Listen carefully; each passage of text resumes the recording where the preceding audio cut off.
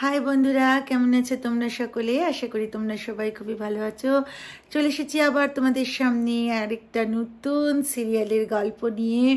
কেন আমি নতুন বলছি, সিরিয়ালটা নতুন নয়, কিন্তু যেহেতু আমি আমার চ্যানেলে জেনারেলি কথাটাই দিয়ে থাকি, কথা সিরিয়ালটা, কিন্তু আমি অনুরাগের ছোঁয়াটাও আজ থেকে দিচ্ছি, তাই জন্য আমি বললাম নতুন। নালে সিরিয়ালটা তো নতুন নয়, বিগত বহু বছর ধরেই সিরিয়ালটি চলছে। নতুন বলার উদ্দেশ্য, যেহেতু আমার চ্যানেলে এটা নতুন। তো চলো আর দেরি করব না, শুরু করা যাক। কি হলো আজকে অনুরাগের ছোঁয়াতে? সূর্য উদ্ধার হলো তো জানি, কিন্তু দীপার কি হলো এই সমস্ত কিছু তথ্য দেব। তো চলো শুরু করি। Welcome and welcome back to my channel serial update with Rinka.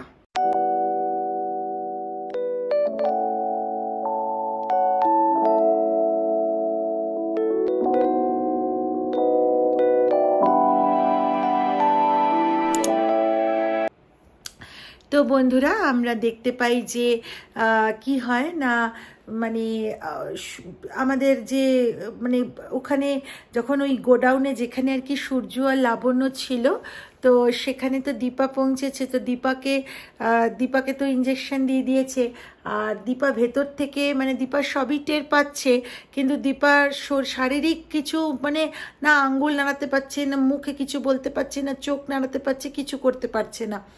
তো আর এদিকে রুডি যে সে বিভিন্ন রকম আওয়াজ বার করে কথা বলছে, একবার ছেলের গলা একবার মেয়ের গলা। তো দীপা যেহেতু ভেতর থেকে জাগ্রত, তো সেজন্য ও ভেতরে ভেতরে ভাবছে এটি কে, এরকম এরকম এক এক রকম আওয়াজ বার করছে।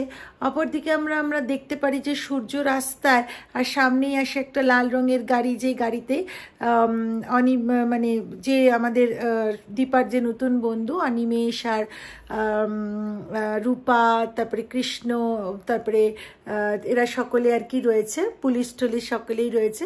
তো সকলে দেখে বলল, স্যার মানে কৃষ্ণ বলল, স্যার আপনি এখানে? অনিমেষ বলল, মিস্টার সূর্য সেনগুপ্ত আপনি এখানে? তো তো বললো, না আমি আসলে এই জায়গাটা একটু খুঁজতে এসেছি ওই দীপা ম্যামকে। আর তো তখন রূপা বলল যে তাহলে চলুন, আপনিও চলুন আমাদের সাথে খুঁজতে। তো তখন কৃষ্ণ আবার বলছে রূপাকে, রাই ও তো চেনে না, স্যার তো শরীরটা ভালো নেই, তুমি কি নিয়ে যাওয়া ঠিক হবে? বলছে চলুক না, আফটার অল তো মাকেই খুঁজতে যাচ্ছে। তো সবাই মিলে, লাবণ্যও ছিল, সবাই মিলে গেল ওই গোডাউনের কাছে।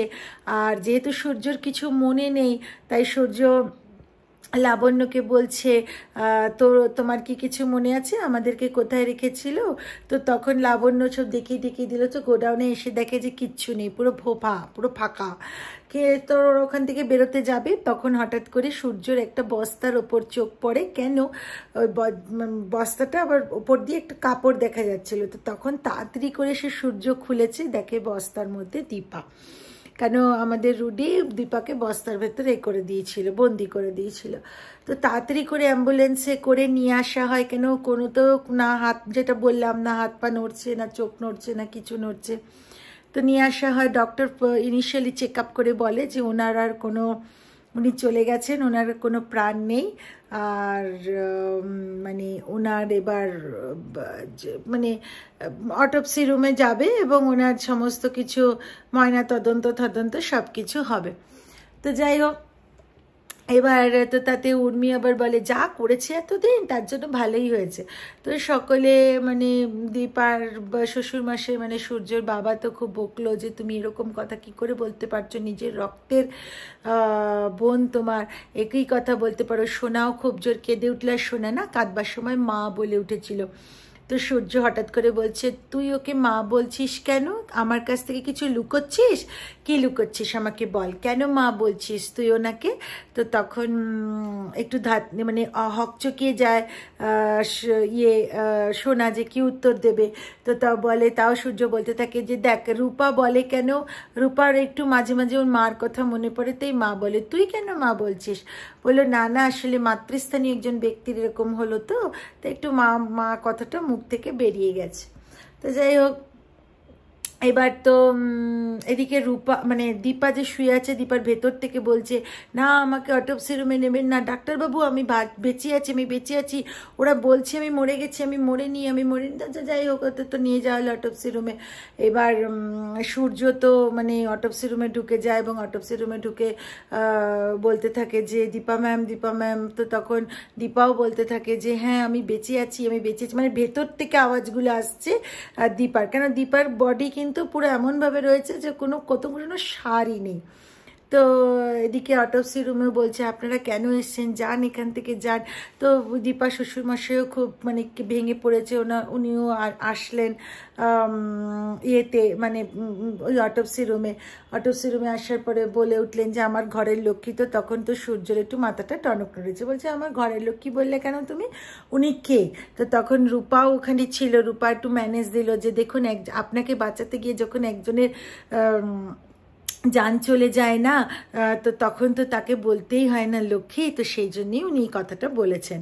তো এদিকে তো আমরা সমানে শুনতে থাকি, দীপার ভেতর থেকে সাউন্ড আসছে যে না আমার কিছু হয়নি, আমাকে কাটাছেড়া করবেন না, ডাক্তারবাবু আপনারা যাবেন না, রূপা যাস না, বাবা আপনি যাবেন না, আপনারা থাকুন, আমার কিচ্ছু হয়নি, আমি মরিনি, সমানে আসতে থাকে। কিন্তু যা হয় ওর তো মানে এমন ইঞ্জেকশন পড়েছে যে পুরো প্যারালাইজড হয়ে গেছে, কোনো আওয়াজ আসছে না, মানে আমরা মানে ওর ভেতর থেকে আওয়াজটা হচ্ছে কিন্তু ও যে মুখে বলবে লোক শুনবে সেসব কিছু হচ্ছে না। তো যাই হোক, আবার এদিকে কুন্তলা তো রুডিকে এক চড় মারে, বলে তুই মারলি কেন? বলে না আমি মারিনি, আমি এরকম ইঞ্জেকশন দিয়েছি যাতে কিনা জ্যান্ত পড়বে ও ইয়েতে আগুনে, এর থেকে বড় সুখ আর আমার কিছু হবে না। বলছে না আমি ওকে তিলে তিলে মারতে চেয়েছিলাম, কুন্তলা বলছে। তো তখন রুডি আবার রিপ্লাইতে বলে যে এটা তো তিলে তিলেই মরা হলো, কেন জ্যান্ত আগুনে পড়বে? তো তখন বলছে তুই এবার থেমে যা। বলে না আমি থামবো না, রূপা সেনগুপ্তকেও কিন্তু আমাকে শাস্তি দিতেই হবে। তো বলে ঠিক আছে তুই এখন আপাতত গা ঢাকা দে, তুই থাইল্যান্ডে চলে যা নকল পাসপোর্ট নিয়ে, আর কিছুদিন বিনা মানে ইন্ডিয়ান পাসপোর্টে তুই ওখানে থেকে যেতে পারবি। তো এইসব হতে থাকে। এবার অপরদিকে তো অটোপসিতে তো মানে সকলে আর কি খুব হাওমাও করে কাঁদতে থাকে, আর অটোপসি রুমের লোকেরা বলে আপনারা এভাবে বডি টাচ করবেন না, আপনারা চলে যান এখান থেকে। তো সকলে যখন বলছে তখন তো চলে যাচ্ছে। এদিকে দীপার মানে মাও যে সেও তো কাঁদতে থাকে। তো যাই হোক, তো চলে যেতে যাচ্ছে যখন, তখন দীপা সমানে বলে যাচ্ছে যাবেন না, একটু দাঁড়ান, আমি ঠিক আছি। কেন যে আমি আঙ্গুলগুলোও নাড়াতে না পারছি না, বুঝতে পারছি না, একটু যদি চোখটাও নাড়াতে পারতাম লোকে তো তাহলে বুঝতো আমি ভেতর থেকে আমি বেঁচে আছি। তো এই আর কি হলো আজকে বন্ধুগণ। তো বন্ধুরা এটাই ছিল হচ্ছে আজকের মানে 22 জুন মানে 22শে জুনের অনুরাগের ছোঁয়ার সিরিয়ালের গল্পটা তোমাদের সামনে তুলে ধরলাম। জেনারেলি আমি কথা সিরিয়াল দিই, তার সাথে আজকে এটাও তোমাদের সামনে তুলে ধরলাম। তো এরকম আমি আগের ভিডিওতেও বলেছি, যে কালকের ভিডিওতেই বলেছি যে এরকম আমি কথা সিরিয়ালে তো থাকবেই, তার সাথে অনুরাগের ছোঁয়া বা তেঁতুল পাতা বা শুভ বিবাহ তোমাদের সামনে তুলে ধরবো। আশা করি তোমাদের ভিডিওটা ভালো লেগেছে। ভিডিওটা ভালো লেগে থাকলে লাইক শেয়ার আর কমেন্ট করে দিও, চ্যানেলটা সাবস্ক্রাইব করতে ভুলো না কিন্তু। চলো তাহলে দেখাচ্ছে একটা পরবর্তী ভিডিওতে, ততদিনের জন্য টাটা, ভালো থেকো বন্ধুরা।